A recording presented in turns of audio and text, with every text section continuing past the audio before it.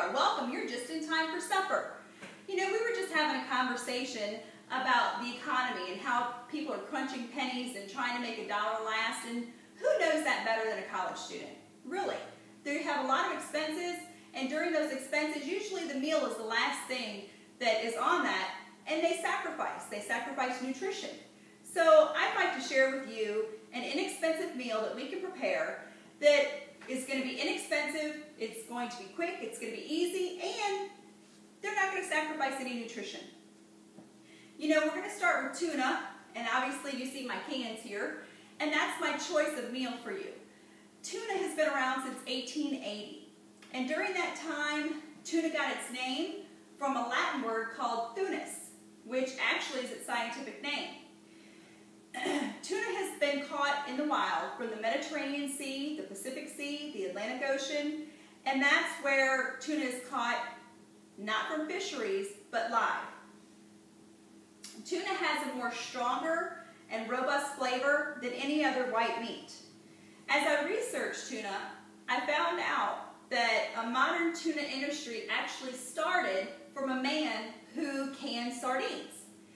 This was in the 19th century, approximately around 1903. A man by the name of Albert Halfhill had a sardine company, and the sardines started to dwindle down, and he didn't have any more sardines to fill these tins.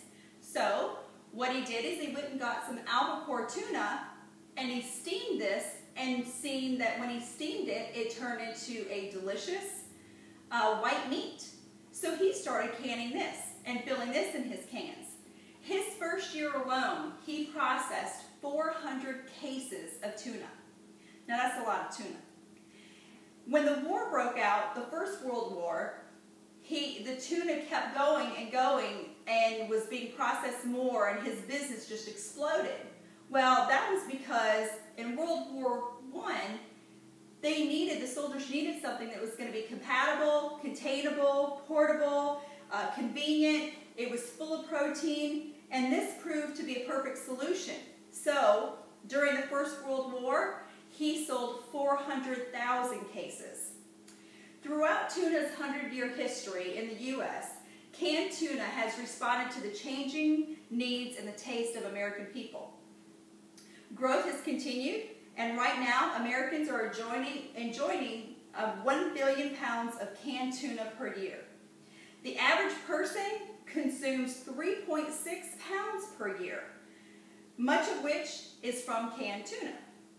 Tuna is caught in the wild, as I described earlier, and most of the leading brands that contribute to this and purchase this wildlife tuna is your bumblebee tuna, chicken of the sea, and even star-kissed. But just about any measure, tuna is one of the healthiest foods on this earth. Actually, millions of Americans feel that this is a delicious and inexpensive and nutritious food, which is rich in so many nutrients. The nutrient values are protein, vitamin D, omega-3 fatty acids. And omega-3 fatty acids are notorious for helping lower your heart disease and also helping replace brain cells. Even unborn babies that are in the uterus need to have tuna fish because of those omega-3 fatty acids. It's going to help with eye development with them. It's also going to help with their brains developing. And also, it's been shown that research with a woman who is going to have postpartum depression or has a history of that, if she eats enough omega-3 fatty acids, it will prevent her or manage postpartum depression. So, if we get into the nutritional factors of tuna, I'd like to share with you that each one of these cans has 2 servings in it. It's 50 calories, it only has 1 gram of fat, it has no bad fat for you at all, 25 grams of cholesterol, and less than 1 gram of carbohydrates, 180 grams of sodium, and 10 grams of protein. With that being said, the United States Daily Nutritional Factors say that they'd like to see people eat at least 2 servings of seafood a week, and replace your seafood with poultry, or replace the poultry or meat with the tuna or another type of seafood. So 1 can 2 times a week would meet that need. Tuna can be provided within a sandwich, as we're going to make tonight, but it also can be made in several other ways. You can make it in casseroles, you can make it like in the sandwiches, you can make it in a salad. So what I'm going to do is start to talk to you about how we're going to make this sandwich tonight. And tuna is usually made with mayo, bread, lettuce of your choice, and you can have extras like we have on the table. We have celery, we have onions. You can use black olives, hard-boiled eggs. It's really per your choice. But if we're going to get back to the college student who's working on a budget, more than likely it's going to be tuna, bread, maybe some lettuce, and of course mayo. Now, there's other characters that can be made, tuna melts, tuna boats, tuna wraps, or you can just eat it plain with crackers.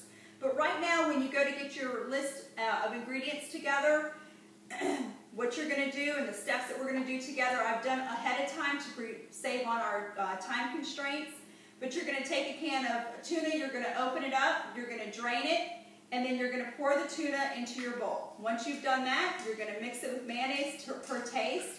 And something else you can do with the mayonnaise is you can go ahead and if you're trying to watch your calories, you can use olive oil or other suggestions for that, or you can use yogurt, or you could use a salad dressing. Now, I'm not a very big measurer, but about 1 to 2 tablespoons of mayo would be sufficient for this. I'm going to make this quick and simple. When you do this mixture, then you're going to butter 2 pieces of bread, and you're going to apply the mixture onto the bread. You can season this to taste with salt and pepper. You can apply lettuce. So this is really simple. Your meal is really done. All you have to do is get it together now and put it on your bread and apply it.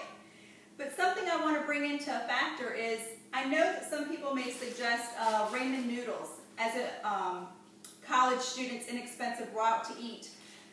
This has no nutritional value whatsoever. This actually has 7 times the amount of fat in it than tuna fish does. It also has 3 times the amount of sodium. It has 25 times the amount of carbohydrates, and it has absolutely no nutritional value. So you can see why the choice of a tuna salad or a tuna sandwich is much better for a person. You know, as a wife and a mother and a nurse and also a current college student myself, I'm always looking for something that's going to be healthy for my family and also quick and easy and inexpensive. So in this sandwich, I have found just that. So Mr. Halfhill, who is the founder of the tuna and processing and canning, I thank you. So from our home to yours, thank you and bon appetit.